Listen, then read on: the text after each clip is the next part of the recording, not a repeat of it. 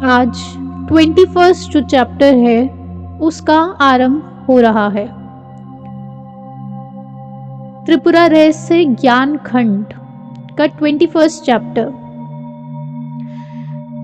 उसे जानने से पहले ये बेहद ही ज़रूरी है कि हम समझें कि यहाँ पर 20 चैप्टर्स ऑलरेडी अभ्यास हो चुका है, क्योंकि इसको जानने के बाद सारी किताबें अपने आप हमारी आंखों के सामने खुल जानी चाहिए, साधक के सामने, क्योंकि यही वो रहस्य है जिससे मोक्ष का मार्ग प्रकाशित होता है।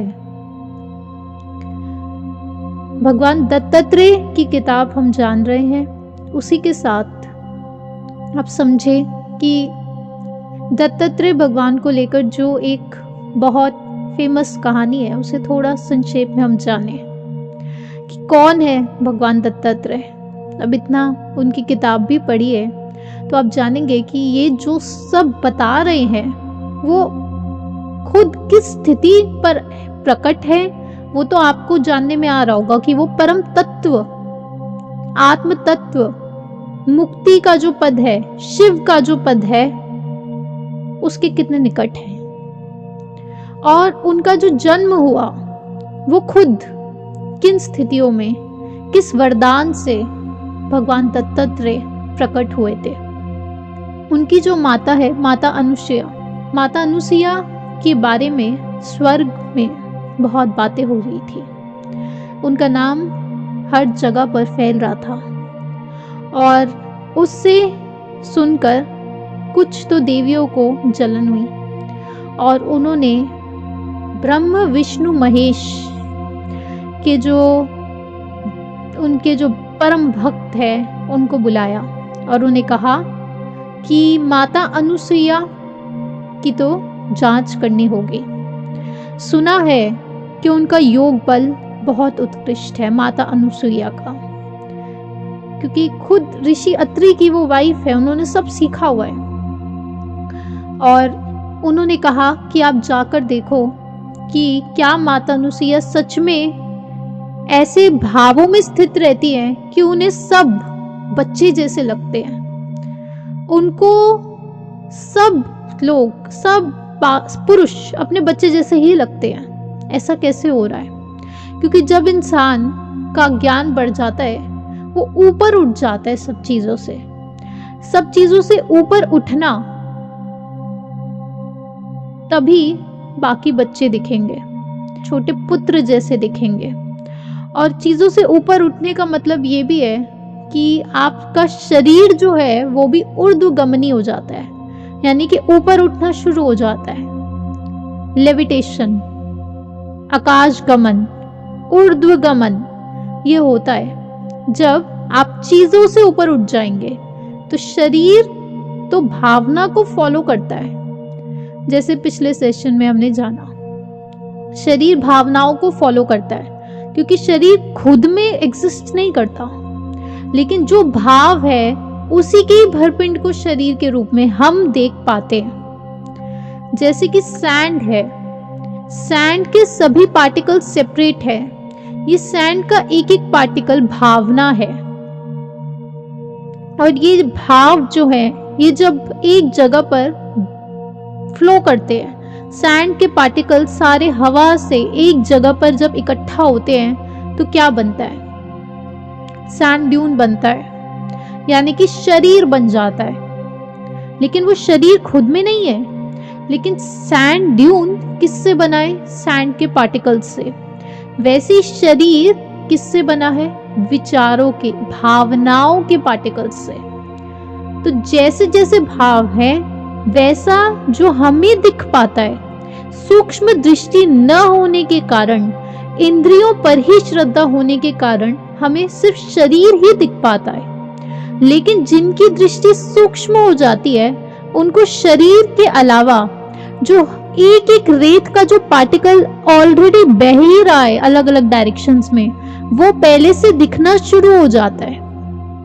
जो रेत के जो पार्टिकल्स बह रहे हैं वो ऑलरेडी दिखना शुरू हो जाते हैं। यानी कि राइट नाउ आप इस सेशन सुन रहे हैं, लेकिन आपकी भावना ऑलरेडी यहाँ तक पहुंच चुकी है कि चलो सोने की तैयारी करनी है, और किसी किसी की भावना कि चलो डिनर की तैयारी करनी है। तो ऑलरेडी आपके वो जो सैंड के जो पार्टिकल्स हैं, वो जो भावना है, वो ऑलरेडी अभी यहाँ पर स्थित नहीं है। वो भावना वो वहां पर ऑलरेडी पहुंच चुकी है। कहाँ पर? डिनर तक, डिनर टेबल तक, ऑलरेडी बेड पर सोने तक, वहां तक वो सैंड के पार्टिकल्स ऑलरेडी फ्लो कर चुके हैं। और वो फ्लो होते होते जब वो पूरा सैंड ड्यून बन जाता है, जब पूरा भाव उधर पहुंच जाता है, तो आपको लगता है मैं अभी जाकर सोने आया हूं, अभी सोने आया हूं। उससे पहले मैं मेडिटेशन सुन रहा था, उससे पहले मैं ऑफिस में था। नहीं, जब ऑफिस में थे तब ऑलरेडी भावना आगे बह ही रही थी। और ये तो छोटा सा पार्ट लिया कि अब सोने तक, ऐसा ही नहीं, अगले जन्मों के लिए भी जो सैंड ड्यून जो बनेगा, जो शरीर बन रहा है, वो जो एक एक पल आप जिएंगे अगले जन्म में, वो भी ऑलरेडी भाव वहां तक पहुंच रखे होते हैं। इसी को अवधि ज्ञान कहते हैं। वो एक एक भाव ऑलरेडी एग्जिस्ट कर रहा है, क्योंकि वो एक एक जो फ्लो कर रहा है जिन डायरेक्शंस में, वो रोड ऑलरेडी सेट है, वो पार्टिकल्स ऑलरेडी फ्लो कर रहे हैं। और कदाचित किसी को जैसे ही वो थोड़े शांत होते हैं, तो कभी कभी हम जो कहते हैं फ्यूचर का दिख गया, तो वो फ्यूचर का नहीं दिख रहा, वो उसी समय पर बस जो भाव ऑलरेडी फ्लो कर ही रहे हैं वो दिख गया। तो अब आगे क्या होने वाला है वो जानकारी ना होना, ये ज्यादा एबनॉर्मल है, बजाय कि आगे क्या है वो पता होना। वो ना पता होना ज्यादा एबनॉर्मलिटी है, यानी कि वो कर्म भारी है। लेकिन आत्मा का तो स्वभाव ही है, उसको सब पता है, वो उसका स्वभाव है, सर्वज्ञाता, वो आत्मा का स्वभाव है, वो सब जानती है। लेकिन कर्म होने के कारण, यानी कि गति बहुत तेज होने के कारण, हम सिर्फ सैंड ड्यून को पिक कर पाते हैं, सिर्फ शरीर को पिक कर पाते हैं, और सैंड के जो पार्टिकल्स जो बह रहे हैं, जो भावना हर समय बह रही है, उस भावना को नहीं देख पाते। जब हम वो भावना को देखने लग जाएंगे, यानी कि दृष्टि सूक्ष्म हो गई, बस उसी को एक दिन आप कहेंगे कि हमारा अवधि ज्ञान खुल गया, यानी प्रत्यक्ष दिख गया। ऐसा नहीं है कि अभी जो आप शरीर देख रहे हैं वो तो हम इंद्रियों से देख रहे हैं, और जब अवधि ज्ञान होगा तब आंखें बंद करके कोई स्पेशल चीज होगी, नहीं। राइट नाउ ही, अभी बैठे बैठे आप जो सुन रहे हैं, ये जो सुन रहे हैं, केवल सुनने मात्र से अवधि ज्ञान खुल जाएगा। गणधरों का तो खुलता ही है। इतने इतने महान संत हुए, इतने इतने आचार्य हुए हैं, 14 पूर्वों का ज्ञान सुनते सुनते ही, यानी कि ज्ञान 10 पूर्वों तक ज्ञान सुना है अगर, तो उससे उनकी कुछ सिद्धियां खुली है, और बाकी के 4 पूर्वों का ज्ञान नहीं सुन पाए तो कुछ सिद्धियां नहीं खुली। सुनने से सिद्धियां खुल रही हैं, यानी कि श्रवण के बाद मनन भी हुआ है, ध्यान भी लगा है, लेकिन ये सुनते ही सुनते वैराग्य प्रकट होता है। सुनते ही सुनते इंद्रियों पर से श्रद्धा हट जाती है कि सुनी सुनाई बातें जो है, जो लोगों से सुन रहे हैं, जो इंद्रियों में देख रहे हैं, वो क्या सत्य है या फिर वो सपना मात्र है। जब ये क्लैरिटी हमें बढ़ती है, तब हम किस पे बढ़ते हैं? तब आप प्रत्यक्ष अनुभव की तरफ बढ़ते हैं, तब हम प्रत्यक्ष की तरफ बढ़ते हैं कि पंडित ने बोला इतने जन्म रहेगी शादी, तो ऐसा नहीं।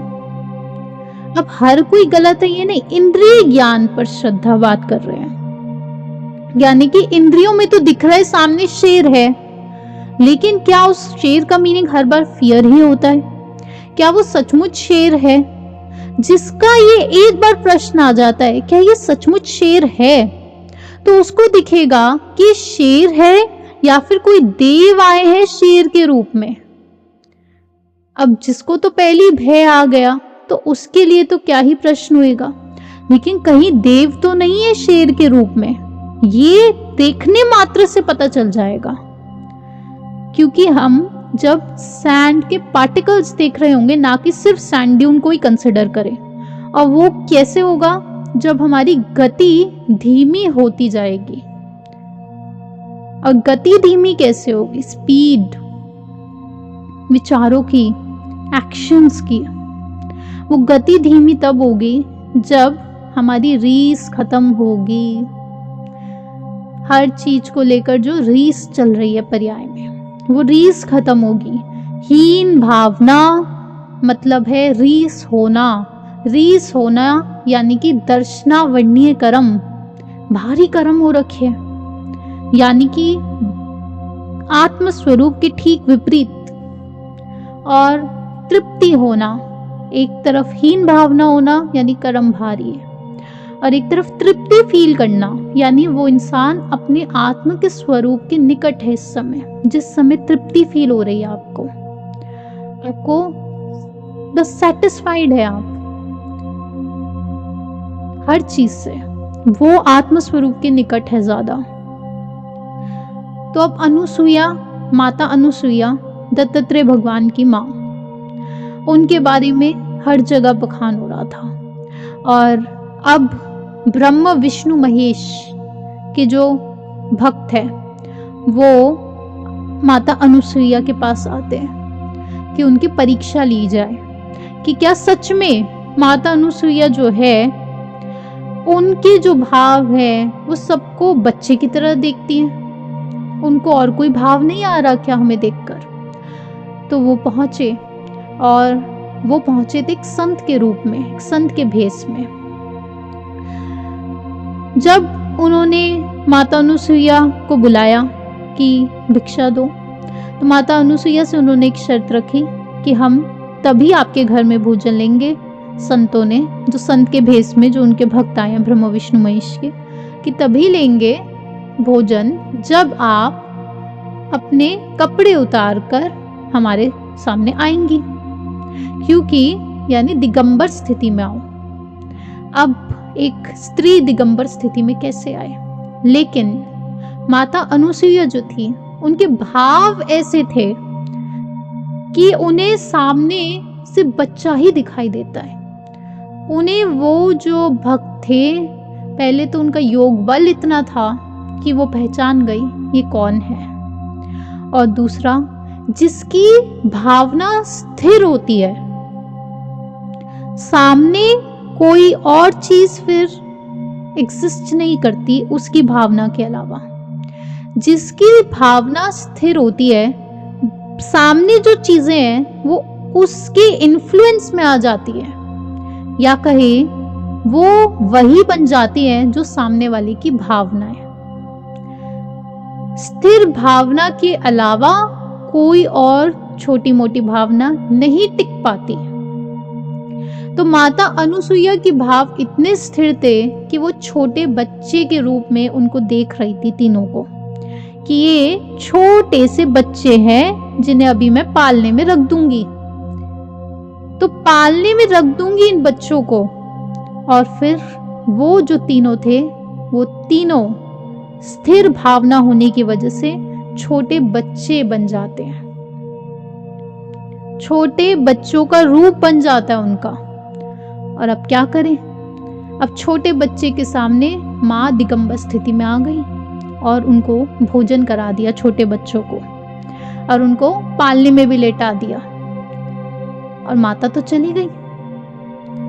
अब वहां जो देवियां थी वो सोच रही हैं कि कहाँ रह गए। अब उन्होंने अवधि ज्ञान से पता लगाया कि ये तो वहीं पर रह गए, पालने में झूल रहे हैं, इनको वापस लाना पड़ेगा देवों को। अब वो फिर वहां पर नारद जी को भेज रही हैं, फिर खुद पहुंची अनुसुईया, माता अनुसुईया के पास। ब्रह्म विष्णु महेश पहुंचे, और फिर इतने में ऋषि अत्रि भी आ गए। तो उन्होंने ये सारा कुछ देखकर वो समझ गए कि क्या हुआ है। तो ब्रह्म विष्णु महेश पहुंचे, और वहां पे देवियां भी पहुंची, और उन्होंने कहा कि ये जो देव हैं आप इनको वापस बड़ा करें, हमसे गलती हुई। और उसके बाद माता ने उन्हें बड़ा करा, और साथ ही में जब ऋषि अत्रि वहाँ पहुँचे तो उन्होंने देखा कि वहाँ पर सारे देव देवी उनके आश्रम में पहुँच चुके हैं। तो उन्होंने एक वरदान मांगा कि हमें जो पुत्र की प्राप्ति हो उसमें ब्रह्मा विष्णु महेश तीनों के गुण हो, ऐसा पुत्र का वरदान दीजिए। वो वरदान उन्हें मिला। फिर उसके बाद स्वयं भगवान दत्तात्रेय उनके पुत्र के रूप में आए। ऋषि अत्रि के पुत्र, माता अनुसुईया के पुत्र भगवान दत्तात्रेय। और दत्तात्रेय खुद उन्होंने ब्रह्म विष्णु महेश का काम किया, क्योंकि दत्तात्रेय तंत्र दिया, पहले समझाया कि स्वरूप क्या है, पहले महात्म्य दिया, महात्म्य खंड जिसमें आत्मा की महिमा है, त्रिपुरा की महिमा है, पहले महिमा कराई। ये काम होता है ब्रह्मा का। फिर उसके बाद उन्होंने ये ज्ञान खंड दिया, दत्तात्रेय तंत्र दिया, टेक्निक्स क्या है, भाव कैसे भाए जाते हैं। आपको जो रियलिटीज दिख रही है वो सब स्वप्न बराबर ही है, वो भाव साधक में जगे और भावना की सिद्धि से ही ये सारी दुनिया प्रकट हो रही है। यानी कि जो भी आज तक दिखा है वो कैसे दिखा है, क्यों दिखा है, उसके भेद खोले। तो ब्रह्मा का काम किया, यानी कि ब्रह्मा की जो माया है उस माया के नियम समझा दिए, इसलिए ब्रह्मा कह रहे हैं। सारे नियम समझा दिए, यानी कि अवधि ज्ञान जिसका प्रकट हो जाए साधक का, उस स्थिति तक पहुंचा दिया। विष्णु का काम किया, क्योंकि अब उन्होंने समझाया कि ये तो माया है सारी, ये तो ब्रह्म की माया है। ये अवधि ज्ञान में जो तुम्हें सारे जन्म दिख रहे हैं, सब कुछ दिख रहा है, ये माया के नियम दिख रहे हैं, कर्मों के पुद्गल के नियम दिख रहे हैं, लेकिन तू ही भगवान है, तू ही परमात्मा है। ये अवधि ज्ञान में जो दिखा, ये पुद्गल, ये तुझ में झलक रहा है, ये खुद में भी कुछ नहीं है। तू ही तू है, तू ही परमात्मा, तू ही भगवान। और आत्मदेव की पहले आराधना करवाई और उसके बाद आत्मदेव की आराधना के बाद हमें ही परमात्मा की स्थिति तक पहुंचाया। वो विष्णु का काम किया और फिर महेश का काम किया, यानी शिव का काम किया, जिसमें उन्होंने अवधूत गीता दे दी। अवधूत गीता जो कि यही गुरुदेव दत्तात्रेय की ही है, अवधूत गीता, उसमें शिव का काम किया, क्योंकि अब जो संसार शेष रह जाएगा वो भी नहीं है। पहले महात्म्य दिया, 12 साल परशुराम से तपस्या करवाई, एक जगह पर बिठा दिया और बस महिमा करते जाओ, पूजा पाठ करो। और फिर उसके बाद समझाया कि ये भी नहीं, तपस्या से भी नहीं होता मोक्ष, मोक्ष का स्वरूप बताया, आत्मा का स्वरूप बताया। और अब शिव का काम कि ध्यान करो, पहले तो बोला चिंतन करो, कितनी बार हमने इस ग्रंथ में पढ़ा, चिंतन करो, ध्यान करो, लेकिन शिव की जो स्थिति है अब उसमें ध्यान करे तो करे किसका। ये अवधूत गीता में लिख दिया कि ध्यान लगाएं तो लगाए किसका, क्योंकि जिसका ध्यान लगा रहा हूं वो भी मैं ही हूं। ध्यान तो तब लगाते जब कोई विकल्प हो, तो ध्यान लगाना मतलब सविकल्प, ध्यान भी मैं, ध्येय भी मैं, सब मैं ही मैं हूं। केवल ज्ञान ही ज्ञान है और कुछ भी नहीं है। मैं ही मैं नहीं, पर्सनालिटी वाला नहीं, केवल ज्ञान ही ज्ञान है। ज्ञाता की स्थिति से भी उठाकर ज्ञान की स्थिति पर पहुंचाना, ये महेश है, ये शिव है। ज्ञाता की स्थिति से हटाकर ज्ञान तक पहुंचाना, ये तो केवल ज्ञान की स्थिति है। तो इसलिए ब्रह्म विष्णु महेश का जिन्होंने काम करा। अब 21st चैप्टर जो शुरू हो रहा है उसमें परशुराम जो है, उन्हें काफ़ी चीज़ें वो कहते हैं मुझे समझ आ गई है, मेरे काफ़ी संशय मिट गए हैं, लेकिन फिर भी वो भगवान दत्तात्रेय से कहते हैं मेरे 3 प्रश्न और हैं। अब इनके 3 प्रश्न जो शुरू में भी चल रहे थे। सबसे खूबसूरत बात, परशुराम ये नहीं डाउट में है कि उन्हें कंप्लीटली समझ में आ गया, उन्हें ये वाला वहम नहीं हुआ कभी कभी वहम भी हो जाता है, हमें कंप्लीटली सब कुछ समझ में आ गया है, लेकिन उन्हें पता है कि उन्हें कितना समझ में आया। तो वो फिर से वही क्वेश्चंस पूछ रहे हैं कि भगवान कुछ तो समझ में आया, लेकिन अभी आप मुझे और क्लैरिटी से बताएं कि अब आप प्रश्न सुनेंगे तो आपको लगेगा रिपीटेड है क्वेश्चन सुन के, बिल्कुल रिपीटेड है, क्योंकि मोक्ष मार्गी के लिए यही प्रश्न रहते हैं अंत तक। आप कुछ साल रुके और कुछ साल बाद फिर से आप आकर बोलेंगे। वैसे आंखें बंद करके ध्यान में क्या करना होता है, ये रिपीटेड क्वेश्चंस है, रिपीटेडली पूछते रहना पड़ता है, रिपीटेडली। तो वो कहते हैं पहला क्वेश्चन कि ज्ञान पाने के लिए प्रमुख साधन क्या है। अब देखिए कितने साधन बताए, ज्ञान पाने के लिए सबसे प्रमुख साधन बता दीजिए। अभी पिछले चैप्टर में पूछा था कि भक्ति वाले बेस्ट है या फिर तपस्या वाले या फिर साधना वाले, कर्म वाले, समाधि वाले, कौन है बेस्ट। तो त्रिपुरा ने खुद प्रकट होकर बताया कि सब उन्हीं का ही रूप है, कोई कुछ कर नहीं रहा, क्योंकि कोई कुछ कर नहीं रहा, लेकिन जो योग में पहुंच जाता है उनके बारे में बताया कि उनका ज्ञान प्रकट हो चुका है, अब उपास्य उपासक भाव में स्थित नहीं रहते वो। वैसे वो कह रहे हैं कि ज्ञान पाने के लिए प्रमुख साधन क्या है जो सुलभ हो और मोक्ष रूपी फल देने वाला हो। दूसरा क्वेश्चन कि ज्ञानियों के लक्षण बताएं मुझे, ताकि मैं देखते पहचान लूं ये ज्ञानी है। ये उनका क्वेश्चन है, ये उनका प्रश्न है कि ज्ञानियों को मैं देखते ही पहचान लूं, उनके लक्षण बता दीजिए, यानी संकेत क्या है कि ये ज्ञानी है। और तीसरा प्रश्न है ज्ञानियों के काम, ज्ञानी जो दिखते हैं वो अलग अलग कामकाज करते हुए दिखते हैं, तो ऐसा कैसे है कि कामकाज करते हुए भी वो लिप्त नहीं रहते, उनका मन उस काम में लिप्त नहीं हो जाता और उनके और कर्म नहीं बन जाते। क्योंकि हम तो जब काम कर रहे हैं तो निरंतर आश्रव हो रहा है, निरंतर कर्म बन रहे हैं, और हमारे फिर मुक्ति कैसे होगी। अभी तो आप पार्टी में जा रहे हैं, जो चीज देख रहे हैं वही उसी पर ही मन गिर जा रहा है, ऐसा कैसे हो रहा है। तो ज्ञानी ऐसी कौन सी चीज लेकर बैठे हैं कि कामकाज नॉर्मल कर रहे हैं, सब कुछ कर रहे हैं और उनका मन नहीं उसमें लिप्त हो जा रहा। तो अब भगवान दत्तात्रेय उन्हें बताते हैं 5th से 6th श्लोक में। ये वो बताते हैं कि पहले तो ज्ञान का प्रमुख साधन परमात्मा का परम अनुग्रह ही, परमात्मा का परम अनुग्रह ही ज्ञान का प्रमुख साधन है। इस बात पर एकदम ध्यान लगाना है, क्योंकि ये जो जवाब आ रहा है ये खुद किससे आ रहा है, ये भगवान दत्तात्रेय से आ रहा है, जो खुद सारा कुछ क्लियर करके एक ऐसी स्थिति पर बैठे हैं कि उन्होंने शब्द बता दिए। वो बहुत बड़ी कृपा है, वो उनकी बहुत बड़ी कृपा है। तो उन्होंने कहा कि परमात्मा का परम अनुग्रह, परमात्मा का ही चिंतन होता रहे, आत्मा के बारे में ही चिंतन होता रहे, यही प्रमुख साधन है मोक्ष के लिए, मुक्ति के लिए। मुक्ति क्या है, मोक्ष किसको बोलते किसको है, मोक्ष में होता क्या है, ये क्वेश्चंस की कंप्लीट क्लैरिटी हमें हो, वरना भटकाव होता रहेगा। पूजा कर रहे हैं, क्यों कर रहे हैं।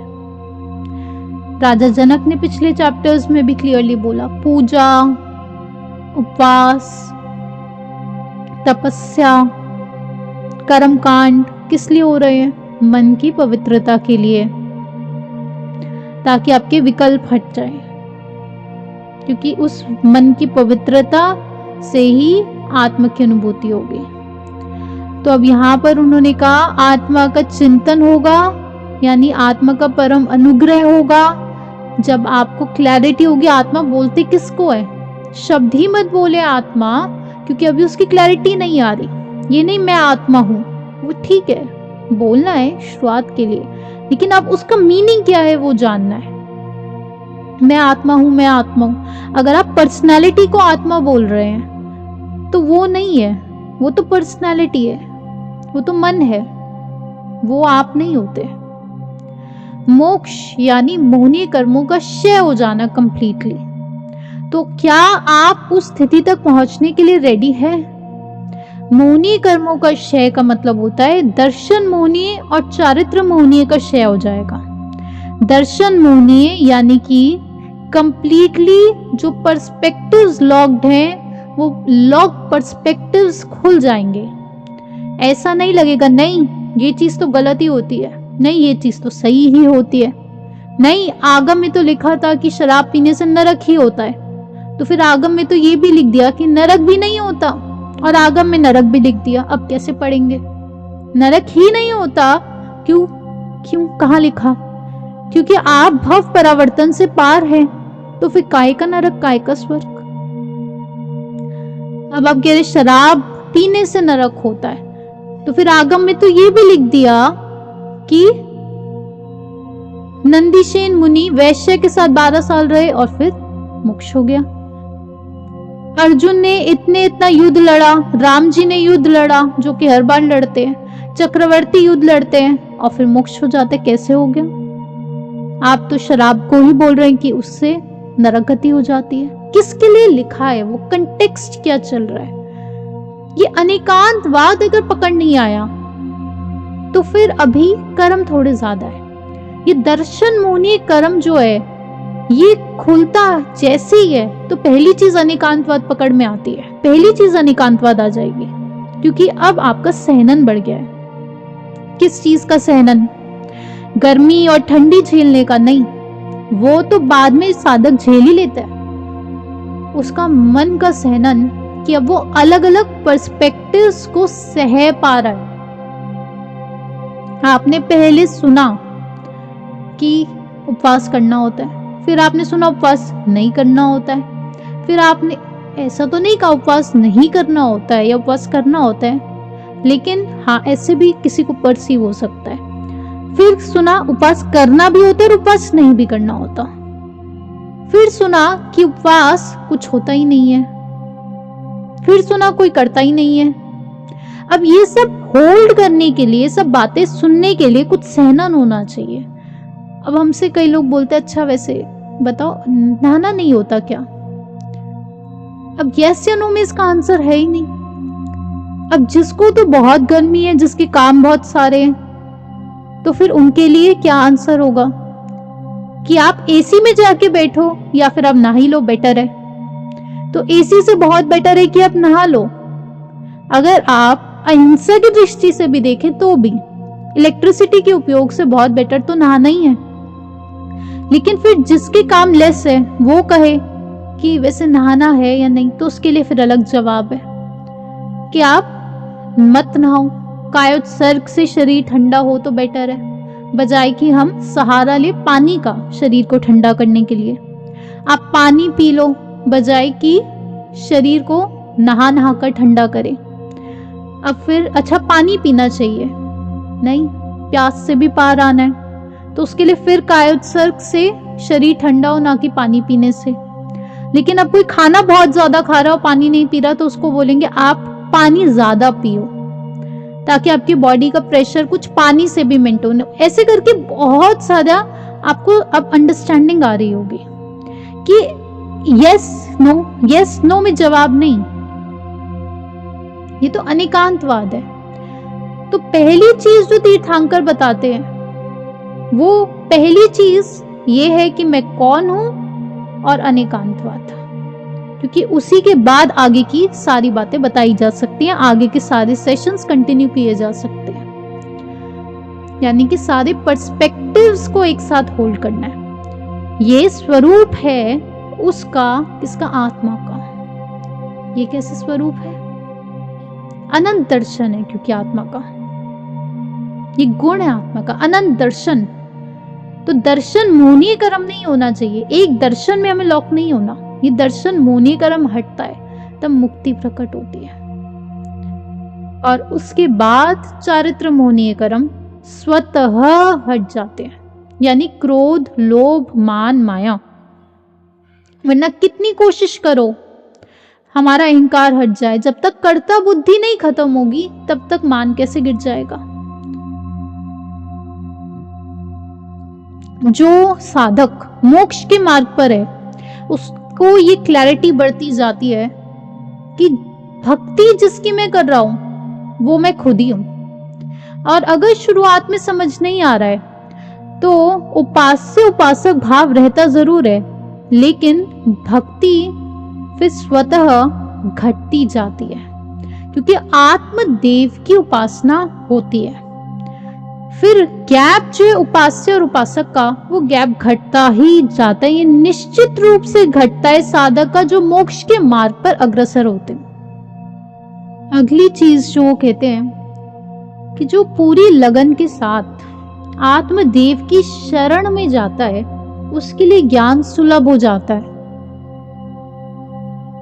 आत्मदेव की शरण में जाता है उसके लिए ज्ञान सुलभ हो जाता है। क्या क्वेश्चन चल रहा है कि आप प्रमुख साधन बताएं मुक्ति के लिए। तो उन्होंने पहला तो कहा कि परमात्मा का परम अनुग्रह, और फिर कहा कि जो आत्मदेव की शरण में जाता है उसके लिए ज्ञान सुलभ हो जाता है। अब आत्मदेव कहा यानी कि आत्मा को भी देव की तरह कहा, क्योंकि शुरुआत में अपने को हम कहीं ना कहीं रखते ही है। मैं खत्म नहीं होता कंप्लीटली, तो अपने को कहीं ना कहीं रख रहे हैं, तो इसलिए अपने को ज्ञाता की तरह देखते हैं। जब ज्ञाता बुद्धि भी टूट जाती है, पहले तो कर्ता बुद्धि टूटती है और फिर ज्ञाता बुद्धि यानी ज्ञातृत्व बुद्धि भी टूटती है, वो ज्ञाता की बुद्धि, तब केवल ज्ञान रह जाता है। लेकिन जब हम आत्मदेव में स्थित हो रहे हैं यानी कि हम ज्ञाता में स्थित हो रहे हैं, तो उन्होंने कहा पहले ज्ञाता की तरह ही स्थित होता है चाहे साधक, तो आत्मदेव की शरण में जाता है। अब कैसा दिखता है वो, हर समय आत्मदेव की शरण में कैसे जाया जाता है? जो भी एक्टिविटी आपसे प्रकट होती हुई दिखती है, कुछ भी काम करा, जॉब पे गए, लेकिन 10 मिनट्स निकालने और उसके बाद निवृत्ति हो, आपको अंदर से श्योरिटी हो कि आपने वो काम नहीं किया है, ये बोलना है अपने को, यही है आत्मदेव की शरण। खाना खाया है, आपने नहीं खाया, आत्मा खाना नहीं खाती। अगर लग रहा है अपने को वैसे हम झूठ ही बोल रहे हैं, नहीं ये झूठ है कि आत्मा ने खाना खाया, तो आप झूठ नहीं बोल रहे, अब झूठ बोल रहे हैं कि आपको लग रहा है कि आपने खाया, वो झूठ है बड़ा। कि आपको लगता है कि आपने खाया, ये ज्यादा बड़ा झूठ है, बजाय कि हमने नहीं खाया, क्योंकि आपने नहीं खाया होता। आत्मा कभी खाना नहीं खाती है, आत्मा कभी जॉब पर नहीं जाती है। ये जब क्लैरिटी बढ़ती है तब कर्म बंधना बंद हो जाते हैं, तब संवर की स्थिति आती है। ये आत्मदेव की शरण है, हर बार आत्मदेव की शरण में जाना है। कभी गुस्सा कर भी दिया तो आपने नहीं किया, कभी दान भी करा तो भी आपने नहीं करा, क्योंकि वो सारे संयोग प्रकट हुए जो शरीर ऐसे मूव कर पाया, उसमें आप कहीं भी इन्वॉल्व कभी भी नहीं होते हैं। ये निर्दोष भाव जब आए सिर्फ तभी उसे कहते हैं आत्मदेव की शरण में जा रहे हैं। बैड से बैड सिचुएशन जो आपको लग सकती है अभी, क्योंकि गुड और बैड तो है, उसमें भी क्या करें, फाइनली क्या करें हम? आत्मदेव की शरण में जाओ। उस आत्मदेव की शरण में अपने को निर्दोष देख सकते हो, और वही आपका स्वरूप है। ये आपका स्वरूप नहीं है कि हम तो पार्टी करते हैं, हमें तो अभी भी खाने पीने का शौक है, वो शौक आपके नहीं है। इसे बोलते समय समय की बात है, कुछ समय की बात है, संयम का मार्ग है। तो आत्मदेव की शरण में अगर साधक जाता है, उसके कर्म बहुत तेजी से निश्चित ही क्षय होते हैं।